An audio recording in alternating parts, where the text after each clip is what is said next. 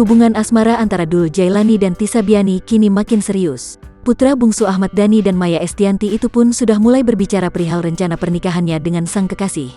Rencana tersebut sempat diungkapkan Dul saat menghadiri acara tasyakran pernikahan Lesti Kejora dan Rizky Bilar beberapa waktu lalu. Didampingi Tisa Biani, Dul pun membeberkan keinginannya untuk segera menyusul jejak Lesti dan Bilar. "Jujur salah satu niat kita kesini datang biar ketularan juga," ungkap Dul Jailani, dikutip dari YouTube Indosiar pada Minggu, tanggal 12 September tahun 2021. Dul Jailani menyebut bahwa pernikahan adalah momen sakral yang terjadi hanya sekali seumur hidup. Karena itulah, ia ingin menyegerakan niat baiknya untuk menikahi Tisa Biani. "Insya Allah segera, namanya menikahkan sekali seumur hidup," katanya. Seperti yang diketahui, kedua orang tuanya yakni Ahmad Dhani dan Maya Estianty sudah sama-sama menikah lagi untuk kedua kalinya.